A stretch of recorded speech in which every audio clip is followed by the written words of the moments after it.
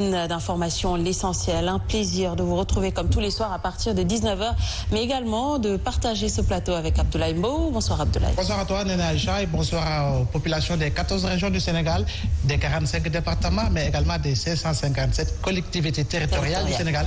Ils sont nombreux à nous suivre tous les soirs sur l'essentiel et je n'oublie pas justement les Sénégalais de la diaspora. Très bien. Alors ce soir, nous sommes avec Mamadou Digo, DG de l'ANAT, Agence nationale de l'aménagement du territoire. Bonsoir à vous. Bonsoir, Aïcha.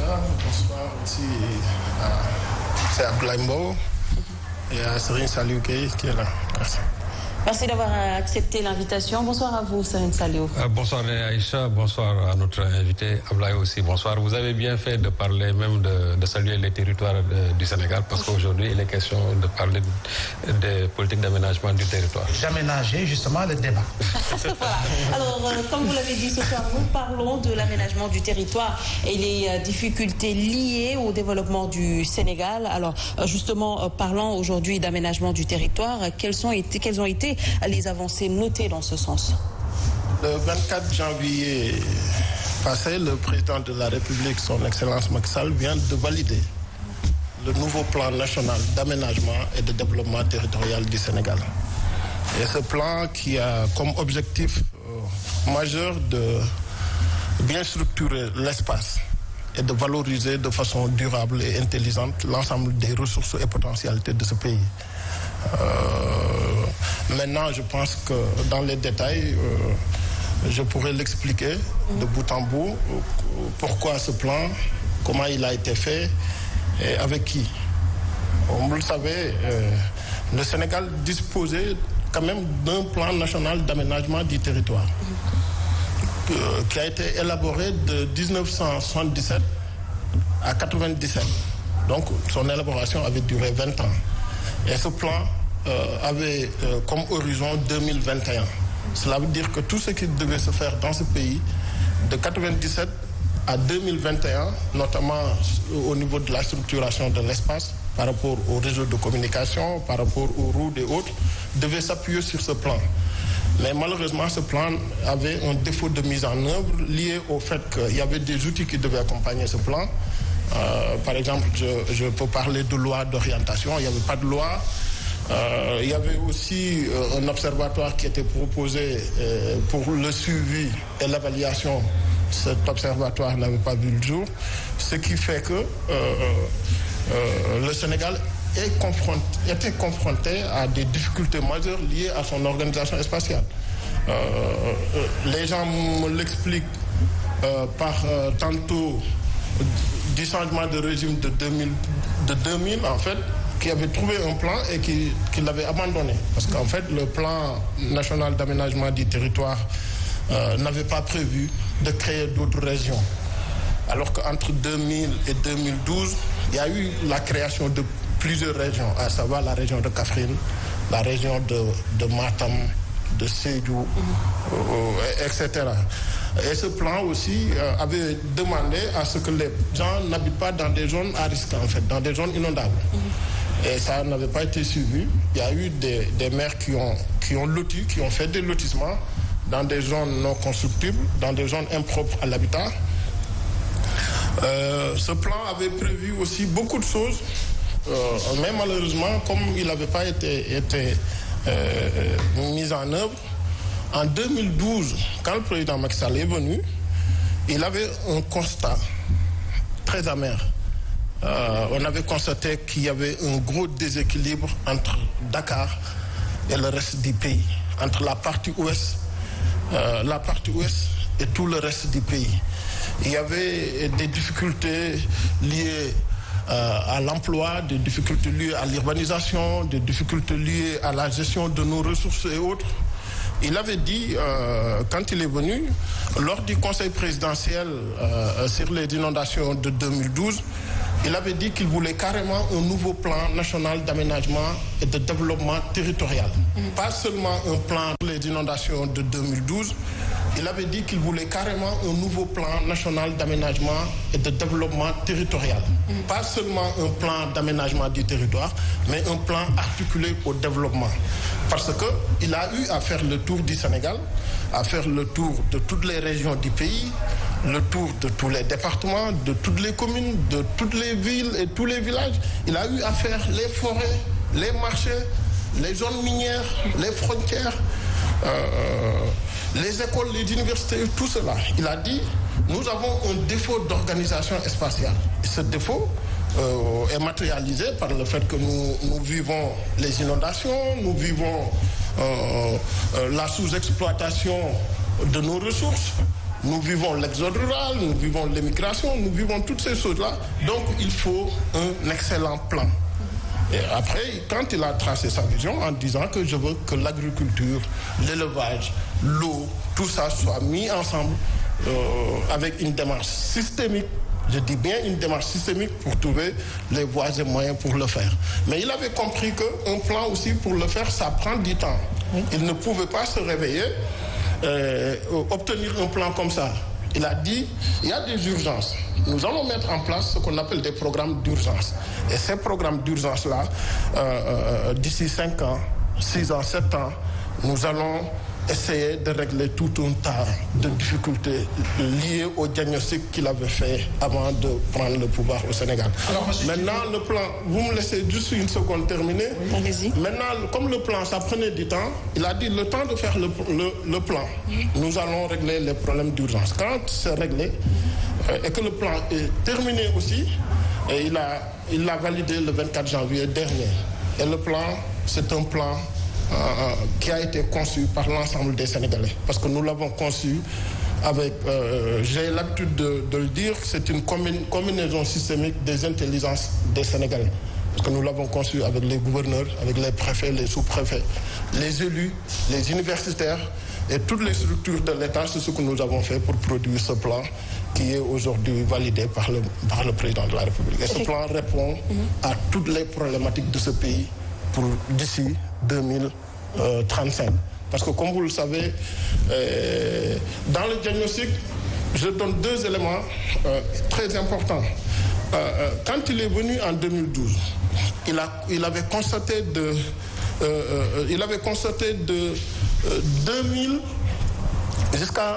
2003 jusqu'en 2013 presque, toutes les régions du Sénégal, excepté la région de Diourbel et la région de Dakar, étaient des territoires entre guillemets des régions entre guillemets répulsives en fait. Seule la région de Diourbel et de Dakar était attractive parce que ce sont les 2 seules régions qui avaient un solde migratoire positif.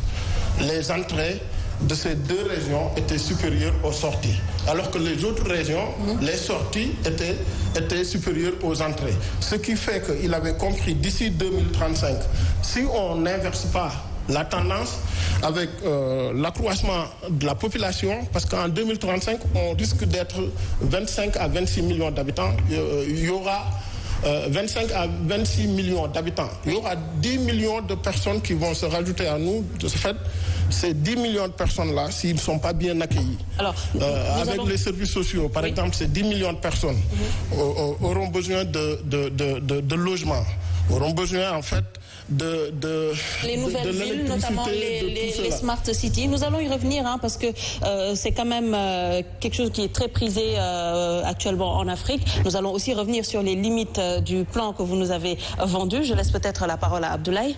Oui, peut-être revenir sur Serigne Saliou par rapport à ce que le directeur général, M. Djigo, vient de dire. On le sait, la sécheresse des années 70 a donné naissance à des quartiers qui ont poussé comme des champignons, et les inondations de 2005 ont révélé que c'était des zones non édificantes.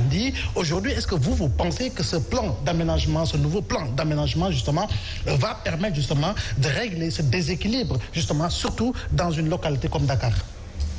Bon, au vu de tous les plans dont on a, en tout cas de tous les plans et programmes, ou bien de toutes les initiatives qui ont été prises depuis les indépendances jusqu'à aujourd'hui, il y a de quoi rester un peu quand même sceptique par rapport à la réussite de ce plan-là. Parce qu'il faut se dire aussi que les politiques d'aménagement du territoire n'ont pas été absentes de nos politiques publiques. Parce qu'il faut voir que dès 1967, on a mis en place la direction de l'aménagement du territoire, qui est aujourd'hui l'ancêtre de la structure que vous êtes en train de diriger. Donc déjà, il y avait une première initiative. Et comme l'a rappelé tout à l'heure M. le directeur, déjà en 1977, on a mis en place ce programme national, ce PNAD-là qui a été déjà élaboré et qui a été validé en 1997.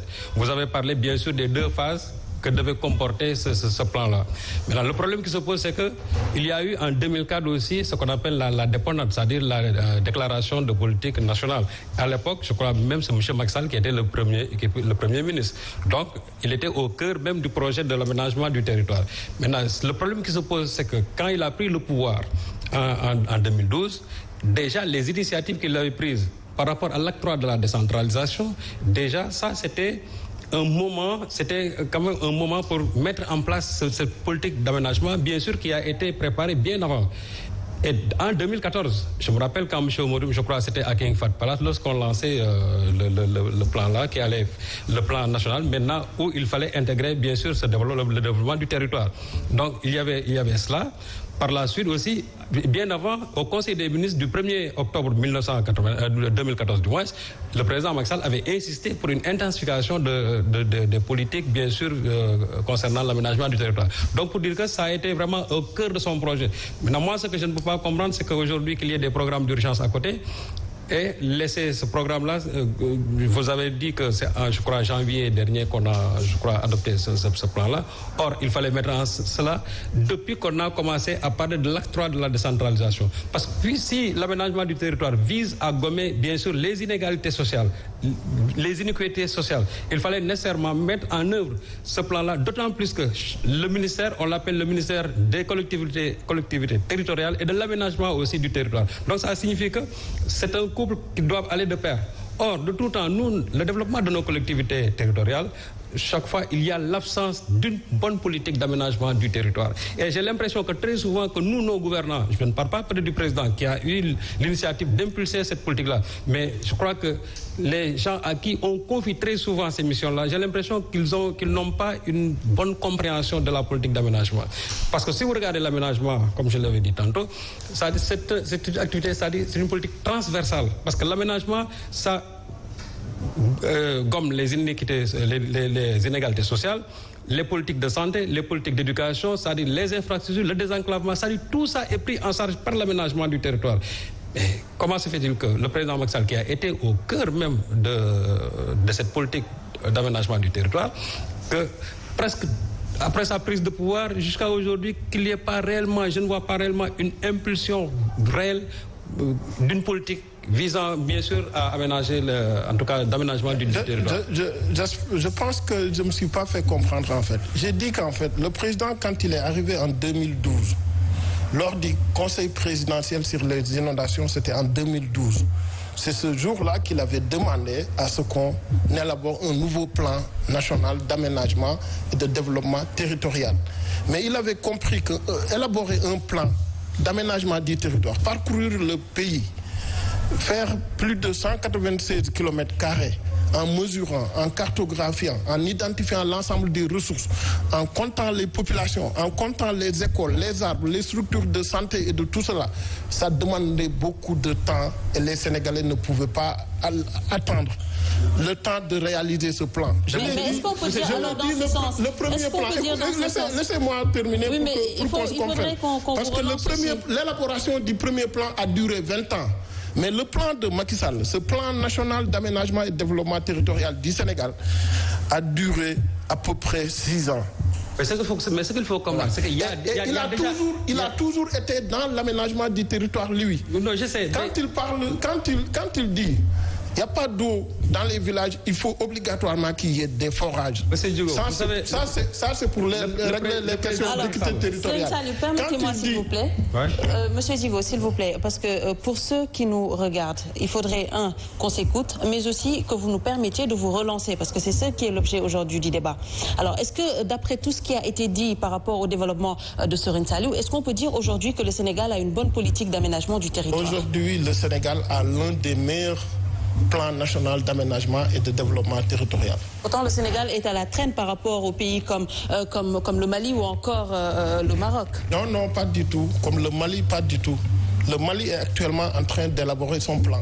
Et celui qui... Le Maroc, la Côte d'Ivoire la Côte d'Ivoire, pas du tout. parce que certainement vous l'avez suivi, il n'y a pas longtemps, l'IEMOA a validé son plan, son schéma d'aménagement et de développement, son SDR en fait, le schéma de développement de l'espace régional. Et ce schéma d'aménagement du territoire des 8 pays, c'est le Sénégal en réalité qu'il présidait. Et c'est moi qui représentais le Sénégal là-bas. Nous avons eu à faire un excellent travail là-bas pour l'intégration de ces pays. Maintenant, le Sénégal dispose d'un outil d'organisation spatiale qui a tardé quand même, parce que moi, d'après ma conception, il nous fallait juste 5 ans pour élaborer ce plan.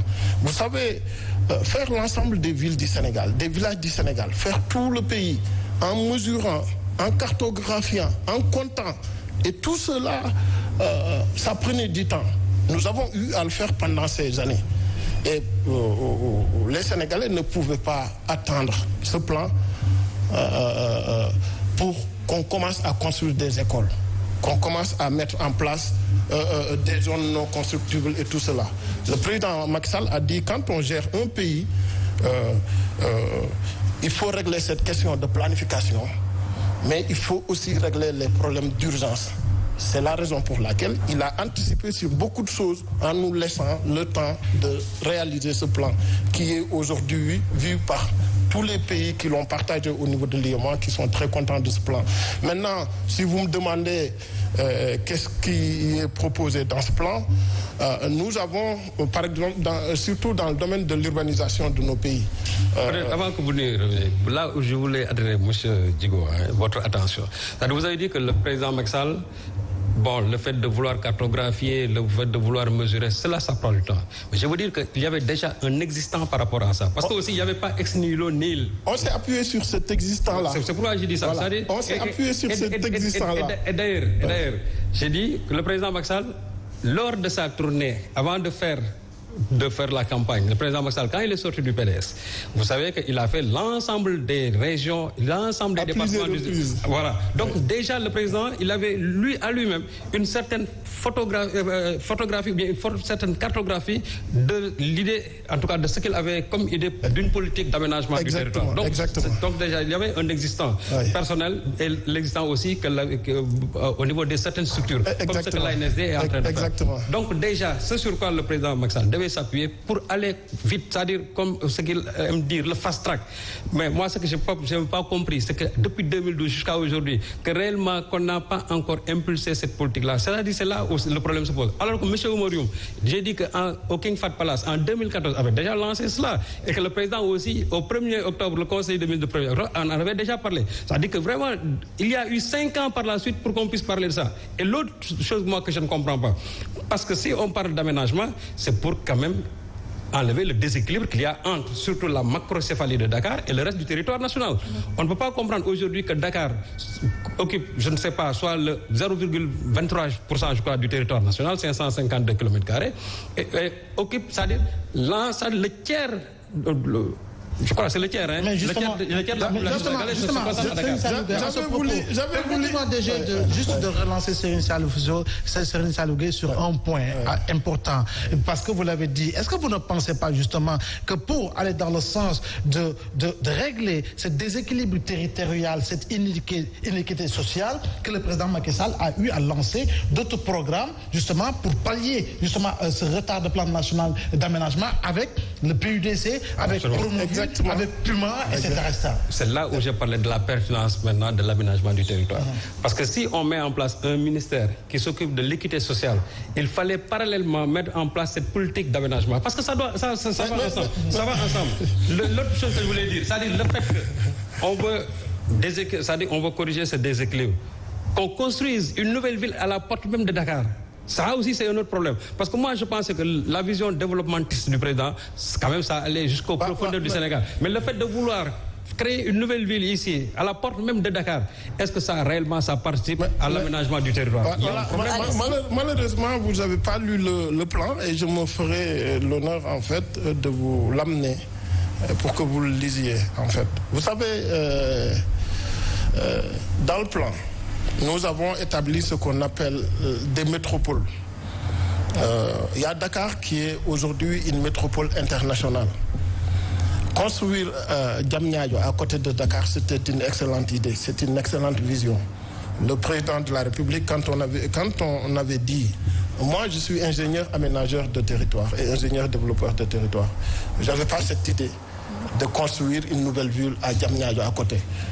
Lui, il est ingénieur géologue, mais il a dit à tout le monde, si on prend tout, on amène dans les régions, on va tuer Dakar. Alors que Dakar ne doit pas mourir.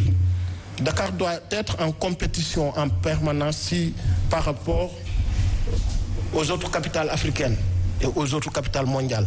Il a dit qu'il faut faire de Dakar une métropole internationale avec des fonctions de prestige, en faisant tout pour dépolluer Dakar, pour le désencombrer, pour faire de telle sorte que Dakar soit une grande capitale qui accueille le monde, parce que nous sommes aujourd'hui un pays pétrolier.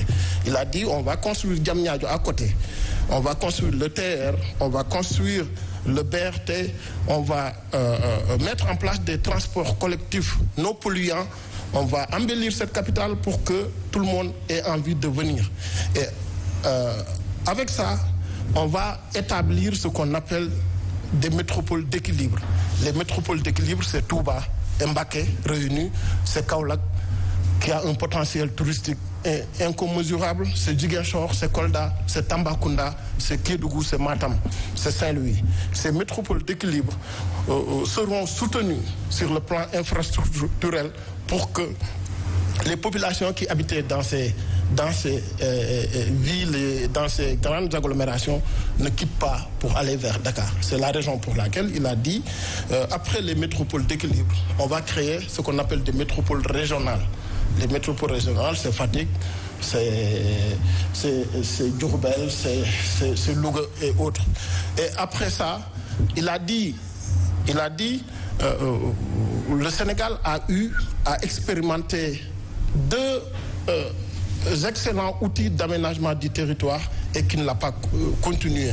Quand on lui a demandé qu'est-ce que c'est, il a dit, vous savez, la compagnie sucrière est installée à Richard Toll et ça a permis le développement de Richard Toll. Si on avait fait des Richard Toll le long de la vallée, aujourd'hui, beaucoup de personnes ne viendraient pas à Dakar, ni à Touba. Si on avait dupliqué aussi la station balnéaire de Saly, qui a porté le développement de Mbour. Mbour qui est aujourd'hui, qui a subi un développement fulgurant du fait qu'il y a la station balnéaire de Saly.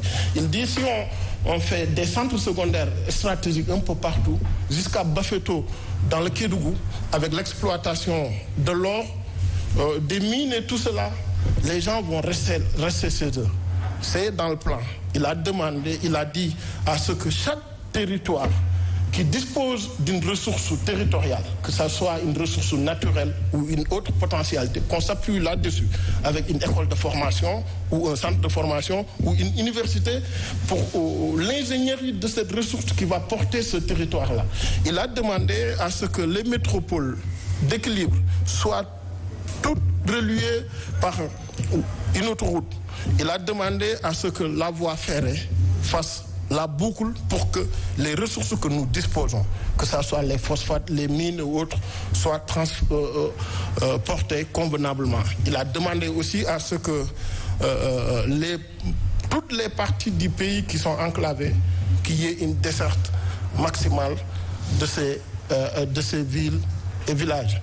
Il a demandé aussi à ce que toutes les zones, je dis bien non constructibles, toutes les zones non impropres, toutes les zones impropres à l'habitat soient identifiées, cartographiées et vues de tous, et que des outils d'organisation spatiale, tels que la loi d'orientation, qui sera bientôt votée, tels que l'Observatoire national des territoires, qui est un outil cartographique numérique excellent, qui nous permet à l'instant T, dès qu'on veut une information sur un territoire, qu'on l'ait tout de suite, pour qu'on puisse l'avoir, afin de donner, en fait, par exemple, vous venez aujourd'hui avec un papier, avec des coordonnées géographiques, avec un terrain, pour le valider au niveau de la commission domaniale, on met les coordonnées géographiques au niveau de l'application, automatiquement, ça nous dit si ça empiète une emprise d'autoroute, si c'est sur un projet, sur autre, pour qu'on puisse tout de suite donner les résultats par rapport à ça. Et dans ce plan aussi, il est prévu ce qu'on appelle les zones d'aménagement différés. Les rails que nous avons prévus dans le plan, les hôpitaux, les universités, les écoles, pour accueillir aussi les autres Sénégalais qui vont venir d'ici 2035, qui sont au nombre de 10 millions, ces zones-là seront protégées. On va les calculer, les mesurer et les protéger pour qu'il n'y ait pas de délibération ou d'affectation et autres. Et aussi, il y a une grande affectation de tous les sols du Sénégal. Alors, d'après tout ce qui a été développé, quand on parle de l'aménagement du territoire, dans ce sens, on voit la vie en rose, alors qu'on sait que peut-être il y a des disparités qui existent encore. Alors, concrètement, quelle est la problématique, justement, de l'aménagement du territoire? Bon, le vrai problème de cet aménagement du territoire, c'est-à-dire, c'est le fait que les politiques qui ont été déclinées par rapport à cet aménagement-là n'ont jamais été quand même soutenus par une réelle volonté politique. Parce qu'il ne suffit pas tout simplement de dresser des plans, mais il faut non seulement mettre les moyens, mais aussi il faut une réelle politique pour appliquer cette politique d'aménagement. C'est ce qu'on on n'a pas vu sous le régime socialiste, sous le régime de Maître Wade. Et là aussi, je reviens sur ce que j'avais dit, c'est que en 2004, celui qui, je crois, cette déclaration dont je parlais tout à l'heure, c'était à l'époque où M. Macky Sall venait d'être promu Premier ministre. Donc ça veut dire qu'il connaît bien quand même l'aménagement du territoire. Mais je reviens encore sur le cas de Diamniadio. Il est vrai que tout ce que le président fait dans son camp, toujours, c'est une bonne chose. Mais réellement, si vous entendez les gens dire que l'option de Diamniadio quand même n'a pas été une bonne option. Pourquoi ça n'a pas été une bonne option? Parce que Diamniadio, c'est toujours Dakar. Et j'ai dit que si réellement on est tenté par une bonne politique d'aménagement, cela veut dire qu'il faut, comme je l'ai dit tantôt, il faut corriger ce déséquilibre qu'il y a entre Dakar et les autres régions. Sinon, il y aura un déplacement des populations vers Diamniadio et ça va créer encore un deuxième Dakar à la porte même. Mais il l'a dit, ce n'est que la première étape, peut-être. Oui, mais oui, c'est pourquoi c'est là où j'ai dit l'impertinence de Diamniadio. Pourquoi il ne fallait pas prendre Diamniadio comme étant la dernière option? Maître Abdoulaye passait à Lompoul. Absolument. Wade avait misé sur Lompoul. Il fallait complètement désaxer.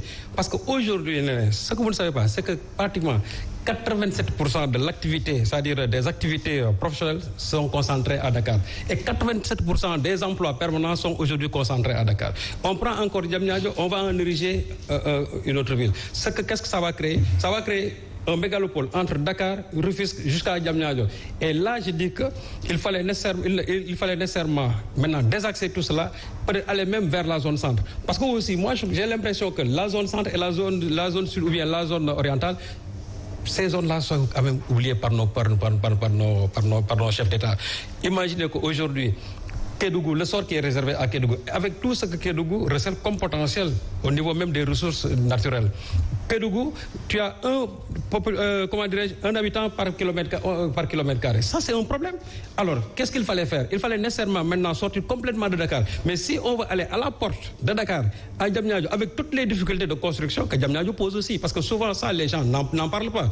Et aussi, Diamniadio, il faut dire que c'est l'ancien bot Sénégal qui se trouvait là-bas. C'était des terres arables. Donc, ça veut dire qu'il y a au même moment une restriction des terres qui approvisionnaient Dakar. Et en plus aussi, il y a beaucoup de difficultés pour construire à Diamniadio. Souvent, les gens disent que ça là, peut-être moi, je ne suis pas ingénieur à la matière, mais ce que j'ai déjà vu, parce qu'il y a déjà des fissures au niveau de certains bâtiments, et les gens disent que c'est par rapport à ça, c'est des choses indéniables. Mais à ce niveau, quand même, quoi qu'on puisse dire, monsieur le directeur général de l'ANAT, il y a des ingénieurs qui, effectivement, ont eu à soutenir qu'en réalité, il y a dans certaines parties de Diamniadio où véritablement y construire relève du parcours de combattant. Mais laissez-moi vous relancer. Parce que vous avez parlé de Dakar, parce qu'il fallait aller dans le sens, en tout cas, d'augmenter la taille de Dakar et aller ensuite vers l'aménagement, justement, des autres régions du Sénégal. Mais Dakar, est-ce que vous pensez que créer une autre ville ailleurs pourrait sonner la mort de Dakar quand on sait que dans l'Afrique de l'Ouest, pour citer la Côte d'Ivoire, ces deux principales villes, Yamoussoukro et Abidjan, quand vous allez au Nigeria, c'est Nairobi, c'est Abuja. Est-ce que vous pensez qu'en réalité... C'est Lagos pour moi. Est-ce que vous ne pensez pas que si on avait pris le temps justement depuis belle lurette de construire une autre ville, ça pourrait permettre je ne voulais pas y revenir, mais je suis obligé parce que moi je suis tenu de bien expliquer la philosophie du président de la République. Il ne s'agissait pas d'agrandir Dakar, j'ai jamais dit agrandir Dakar. Le président, ce qu'il a fait, c'est juste déplacer le CBD de Dakar vers Diamniadio, le centre district business de Diamniadio, de Dakar. Il fallait le déplacer. Vous savez, Dakar est une sorte d'entonnoir comme ça. Si on continue à tout converger vers ce petit exutoire-là, un jour, s'il y a catastrophe, on risque d'avoir des ennuis énormes. Vous savez, il y a eu de grosses difficultés de par le passé avec l'explosion de l'usine de la Sonacos. De la Sonacos, qui avait causé énormément de dégâts. Le président est un géologue qui a compris que le monde marche de façon systémique.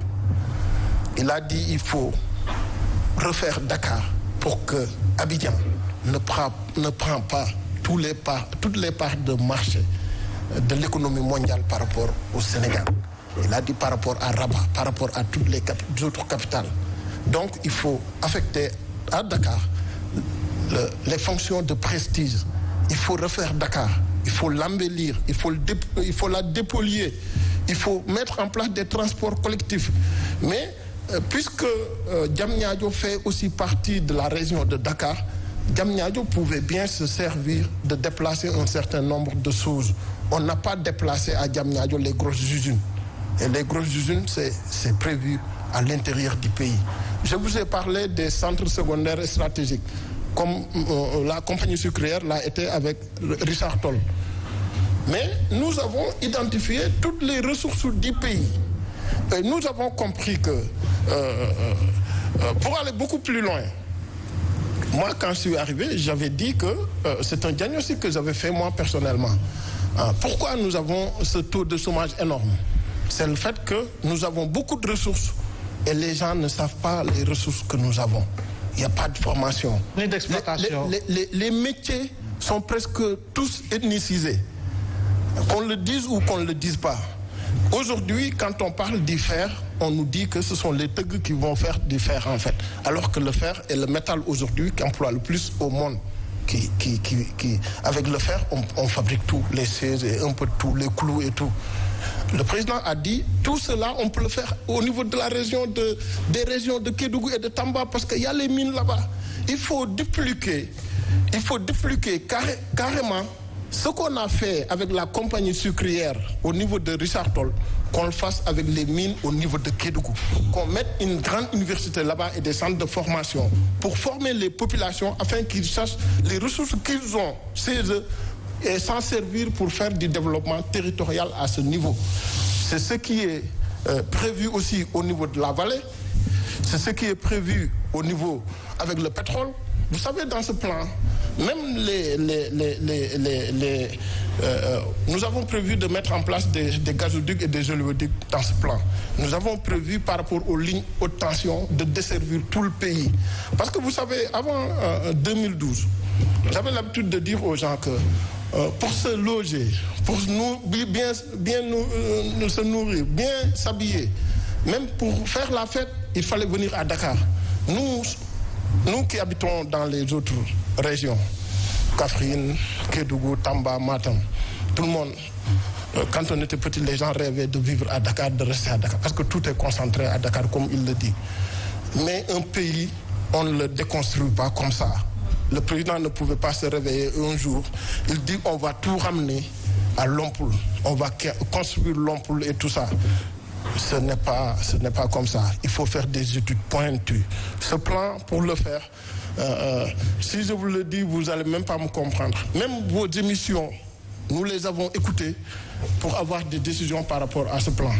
Nous sommes allés voir toutes les universitaires de ce pays. Nous sommes allés voir les maires, les députés, les élus. Donc ça a été un travail inclusif. C'est un travail inclusif, participatif. Oui, c'est un travail inclusif et participatif. Je le disais aujourd'hui, ce matin, parce qu'on partageait le plan avec les institutions. Il y avait Oustaz Alioune Sall qui était là-bas. J'ai dit, en fait, quand on a élaboré le plan, je suis allé voir Oustaz Alioune Sall parce que je l'écoute régulièrement parler à la radio. J'ai écouté des gens ici. Il y a un de vos journalistes, Bougan, non, comment il s'appelle encore, Ndiaye Dos, qui parlait des territoires qui étaient. Je l'écoutais, nous on écoutait tout le monde pour savoir, voilà, tel endroit et tel endroit, il y a ça. On a été même jusqu'à vouloir compter tous les arbres que nous avons de par le passé. Nous avons d'excellents outils qui nous permettent de retourner en arrière, de voir ce qui s'était passé, comment était le Sénégal. Alors là, DG, je vous coupe pour vous dire que vous devez des droits d'auteur, hein? Alors dites-nous, Seigne Saliou, on le sait, le président de la République l'avait soutenu, qu'il ne voulait pas peut-être de disparité, c'était une vision. Alors aujourd'hui, comment évaluer le niveau de matérialisation justement de cette vision du chef de l'État 8 ans après? Il est vrai qu'il y a une politique de réparation de ce déséquilibre-là qui a été initié avec surtout le ministère de l'Équité dont s'occupe M. Mansour Faye. Mais je dis que... Mais c'était bien avant. Oui. Dès qu'il est arrivé, les premiers jalons qu'il a posés, c'est les conseils des ministres délocalisés. Vous savez ça? Parce qu'il ne fallait pas tout concentrer à Dakar. Je m'excuse de vous je suis en général très poli, mais il faut que... Voilà. Allez-y. Ouais. Donc, en fait, si j'ai parlé de M. Mansour Faye, je dis aujourd'hui qu'il y a un ministère qui s'occupe même de cette équité sociale. C'est une excellente chose. Voilà. Non, ça, je dis c'est une excellente chose. Et les politiques aussi qu'on mène à l'intérieur du pays, concernant le PUDC, le PUMA et tout ça aussi, ça c'est de bonnes politiques. Mais aussi, il faut dire que jusqu'à aujourd'hui, moi, ce que j'attends réellement de cette politique d'aménagement, il faut quand même rendre aux régions ce qu'ils avaient autrefois. Je prends par exemple la région de Thiès que je connais le mieux. Imaginez aujourd'hui à Thiès, les fleurons industriels de Thiès, qui étaient les ICS, les chemins de fer et l'usine textile qui se trouve à la NSTS. Aujourd'hui, toutes ces industries-là sont mortes. Pratiquement, ou bien l'activité est au ralenti. Avec la SIB. Avec la SIB. Ça veut dire que l'activité économique est au ralenti. Or, je crois que s'il n'y a pas d'activité économique, les populations sont obligées de venir encore à Dakar ou bien de venir encore à Diamniadio. Et là, ça va créer davantage ce déséquilibre-là. C'est pourquoi je dis, là où on doit agir, essayer de voir dans un premier temps, c'est bon de construire des infrastructures, mais ce qui produit la richesse, que ce soit les usines que l'on a fermées, peut-être faute de performance économique. Je crois que c'est là où le président devait beaucoup plus axer ses interventions. Et d'ailleurs, quand il a fait le Conseil des ministres à Thiès, décentralisé à Thiès, le président avait promis aux Thiessois que NSTS allait quand même revivre. Mais jusqu'à aujourd'hui, c'est le statu quo. Ça veut dire que rien n'a bougé de ce côté-là. Maintenant, les travailleurs qui étaient là-bas, ils sont obligés, face bien sûr à cette attente-là qui n'en finit pas, de venir à Dakar ou bien de venir en tout cas à Diamniadio pour pouvoir quand même avoir de quoi vivre. C'est pourquoi je dis, avant de construire des forages par-ci par-là, il faut nécessairement faire de sorte que les populations ne bougent pas de là où ils sont. C'est-à-dire, tout ce dont ils ont besoin, qu'ils puissent au moins trouver ça sur place. Parce que c'est là où... C'est exactement ce qu'a fait le nouveau plan national d'aménagement et de développement. En tenant compte, au-delà, parce que le président l'avait lui-même soutenu, au-delà d'aller dans le sens de pouvoir gérer et régler ce passif social que l'on connaît, et concernant beaucoup d'entreprises aujourd'hui qui ont mis la clé sur le paillasson, je veux parler de Cafal Sénégal, il y a Icotaf, Sotiba, il y a la NSTS, il y a la SIB de Diourbel et tant d'autres aujourd'hui. Et les ICS aujourd'hui qui traversent d'énormes difficultés. Est-ce que vous ne pensez pas justement qu'après élaboration de ce plan national d'aménagement, qu'il faut aller également dans le sens de sonner la renaissance justement de ces entreprises pour qu'elles deviennent... il faut que je l'explique davantage pour que tout le monde comprenne. On a bien compris les développements que vous avez à faire. Il a constaté pourquoi beaucoup d'industries ont périclité. On ne peut pas être dans un endroit se servir d'une ressource qui n'est pas de cet endroit. Si la ressource se raréfie à son lieu d'origine, l'usine qui est là se périclite forcément. C'est ce qu'il a compris. Il a dit nous avons de l'agroforesterie en Casamance. Il faut mettre en place, dupliquer, comme on l'a fait au niveau de la compagnie sucrière, faire une industrie de l'industrie moderne qui tient compte de l'environnement, qui tient compte de la pérennisation des espèces, articulée à une université performante, articulée à des centres de formation performants autour de la ressource, pour permettre à la ressource de se pérenniser, mais permettre la création d'industries, d'emplois et la gestion des collectivités territoriales. Il a dit, quand il est arrivé, je veux des collectivités territoriales viables, compétitifs et porteurs de développement. Il avait compris que toutes nos collectivités territoriales n'avaient pas de système productif locaux moderne. Je l'avais dit dans une émission, quelqu'un m'a appelé pour me dire, il est allé jusqu'à me dire, ouais, vous avez utilisé des mots un peu forts. Parce que j'avais dit que le menuisier de 1960 reste le menuisier de 2020. De 2019-2020. Il n'y a pas eu d'évolution. Il n'y a pas eu de modernisation. Il n'y a pas eu d'innovation. C'est valable pour le tailleur. C'est ainsi dans plusieurs secteurs. C'est valable pour l'éleveur. Aujourd'hui, quand on parle d'élevage, on pense automatiquement à nos parents peuls. Moi, j'ai dit dans une réunion, dans le cadre de l'élaboration de ce plan, j'ai dit à un ami qui est un parent, je lui ai dit, mais écoutez, on ne peut pas rester à l'état de junior. Il faut qu'on ait en mesure de fabriquer du beurre maintenant, parce que les Sénégalais consomment du beurre. Et le junior, ce n'est pas tout le monde qui le consomme. Et nous produisons énormément de lait au Sénégal. Exactement. Et le président a dit qu'il faut obligatoirement moderniser tout ça. Vous savez pourquoi le plan a duré? Son élaboration a duré. Les autres, dans la sous-région, nos amis maliens, burkinabés, togolais et autres, ils nous ont dit, mais vous êtes excellents, parce qu'en un laps de temps, vous avez réussi à faire un plan avec votre pays qui est parfois un peu plus grand que les nôtres. Directeur, M. Djigo, concernant toujours le plan d'aménagement, si on en revient à Dakar, parce que quoi qu'on puisse dire, nous vivons dans une capitale totalement bétonisée, avec des collectivités territoriales qui n'ont pas, en tout cas, les ressources nécessaires qu'il faut. On le sait, l'acte 1 de la décentralisation en 1996, qu'on le veuille ou non, avait des visées purement politiques.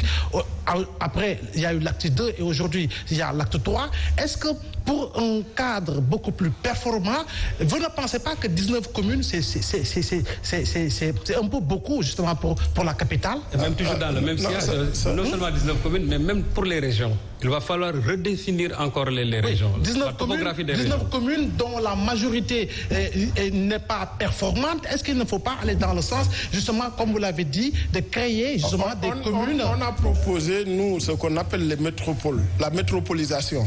Vous savez, il y a une conurbation qui est en train de se faire. D'ici quelques années, on risque d'assister à une jonction de Dakar à Mbour, en fait, Dakar et Mbour, et aussi l'autre partie de Thiès. Heureusement, je dis moi personnellement, heureusement, il y a une contrainte naturelle que constituent à Locagne et autres, qui font que Dakar et Thiès auront des difficultés pour se rejoindre un jour. Je dis pas que voilà, ça va pas arriver.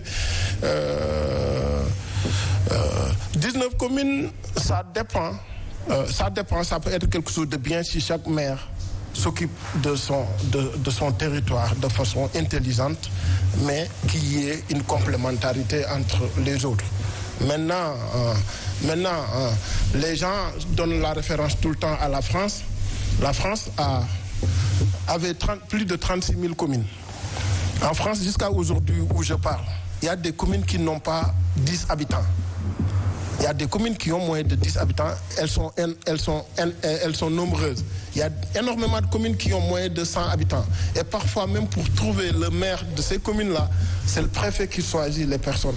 Et il arrive que des communes, le préfet court derrière des personnes pour faire des maires dans ces communes-là. Nous, on peut avoir parfois des communes qui peuvent être viables si elles ont à leur tête un leadership fort qui gère bien, qui c'est dicté par un souci de développement. Ses préoccupations et les préoccupations des populations. Oui. Maintenant, le plan, je vous conseille vivement de le lire, je vais vous l'amener. C'est un plan qui a eu à prendre en compte tous les avis des Sénégalais. Parce que 7 ans, 6 ans, 5 ans, 7 ans, c'était pas... c'était... ça peut être... vous avez eu à faire un travail élargi. Oui, c'est un travail élargi. Le plan de l'IEMOA a duré presque 7 ans. On a démarré en même temps, on a terminé en même temps. La Côte d'Ivoire peine à terminer son plan. Le Mali, c'est des Sénégalais qui sont en train d'élaborer son plan. Les Togolais, les autres, sont venus au Sénégal. Même la structure qui gérait l'aménagement du territoire au Bénin s'appelle ANAT aujourd'hui. Parce qu'ils sont venus s'inspirer du Sénégal. Ils sont venus, on les a accompagnés, ils sont allés là-bas. C'est habituel, hein. C'est habituel. Ils ont créé nous avons la matière grise qu'il faut pour confectionner et faire de bons documents, mais qui le plus souvent sont rangés dans les tiroirs. Et ce sont les autres nationalités qui viennent s'inspirer du travail réalisé par le Sénégal et M. Djigo. Ce plan ne sera pas rangé dans les tiroirs parce que le président l'a validé en conseil présidentiel. Deuxièmement, il y a une loi qui va être bientôt votée et c'est cette loi-là qui fera que ce plan soit respecté scrupuleusement. Le président a demandé à ce que toutes les structures de l'État qui interviennent au niveau de l'espace, au niveau de nos territoires, de s'adosser sur ce plan-là, de travailler avec l'ANAT. Vous savez, nous avions un souci de bien faire et de trop bien faire. C'est la raison pour laquelle moi, quand on m'a amené ici, j'ai parcouru le monde pour recruter des Sénégalais qui étaient dans de grandes structures. Et ces Sénégalais nous ont accompagnés pour élaborer l'outil qui fait référence aujourd'hui. Il n'y a pas un seul, même dans les médias, il y a des propositions qui constituent pour les médias dans ce plan.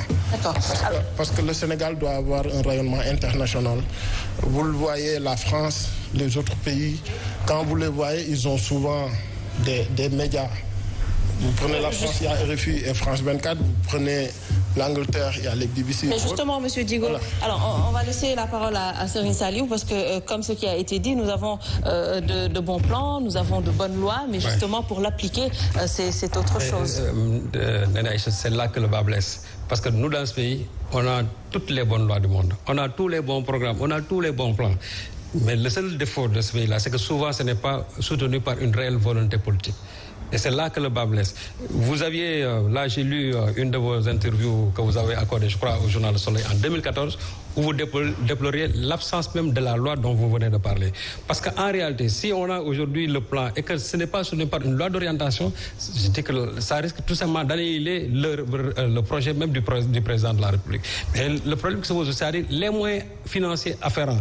Parce que quand on parle aussi d'une politique, c'est-à-dire d'un plan, il faut réellement sortir les moyens nécessaires, c'est-à-dire les moyens financiers nécessaires. Or, dans ce pays, chaque fois, on déplore le fait qu'il y ait souvent des plans et qu'il n'y a pas en tout cas, les moyens financiers qui puissent accompagner ou bien valider la réussite de ce plan-là. Je ne sais pas si vous avez prévu, en tout cas, les moyens financiers pour cela, mais ce qu'il faut faire réellement, c'est que la politique d'aménagement du territoire, c'est-à-dire le développement d'un pays repose essentiellement sur ça. Parce que l'aménagement du territoire, je l'ai dit tantôt, c'est-à-dire c'est une matière transversale. Partout où vous allez, c'est-à-dire dans tous les ministères où on peut parler d'aménagement du territoire. Et c'est un secteur quand même vital. Et c'est la raison pour laquelle je crois que nous, nos dirigeants, doivent quand même toujours penser à cela. Et penser à cela, c'est quoi? C'est toujours gommer les inégalités sociales. Parce que les inégalités sociales, tant qu'on ne les gomme pas, c'est-à-dire on ne peut pas avoir ce Sénégal émergent-là dont on a parlé un peu. Le mot de la fin, M. Djigo. Le mot de la fin, je vous remercie infiniment et je vous conseille de lire le plan. C'est 272 pages, à peu près 300 pages. Le bilan diagnostic a fait presque 2000 pages en réalité. Parce qu'il fallait partir partout, écrire sur tout, analyser les statistiques, comparer ce qui se faisait. Regarder ce qui s'était passé dans le passé et constater le présent et proposer un futur. Vous savez, au moment des indépendances, nous étions que 3 millions de personnes. À l'époque, il fallait, c'était pas difficile de construire une prison de Rebeuss, parce que 3 millions de personnes de façon générale, 200, 300, voire 400 personnes, on pouvait les loger à Rebeuss. L'université, c'est pareil. Les routes, les déplacements et tout ça, c'est pas ce qu'on a maintenant. Puisque en 2035, nous serons 25 à 26 millions d'habitants. Si on ne fait rien, les populations vont à Touba et à Dakar.